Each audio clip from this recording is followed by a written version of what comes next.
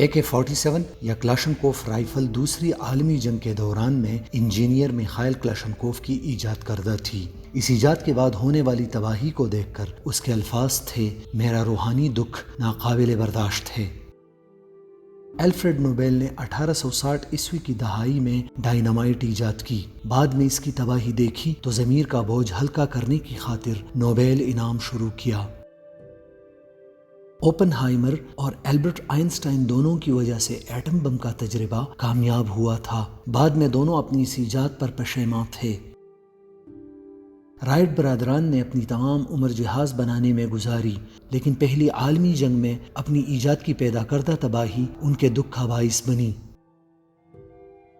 FBI کے لیے کام کرنے والے کیمران لوگمان پیپر سپرے کو بطور ہتھیار استعمال کرنے میں معاون رہے۔ وہ کئی بار مذکورہ سپرے کے غیر مناسب استعمال پر دکھ کا اظہار کر چکے ہیں۔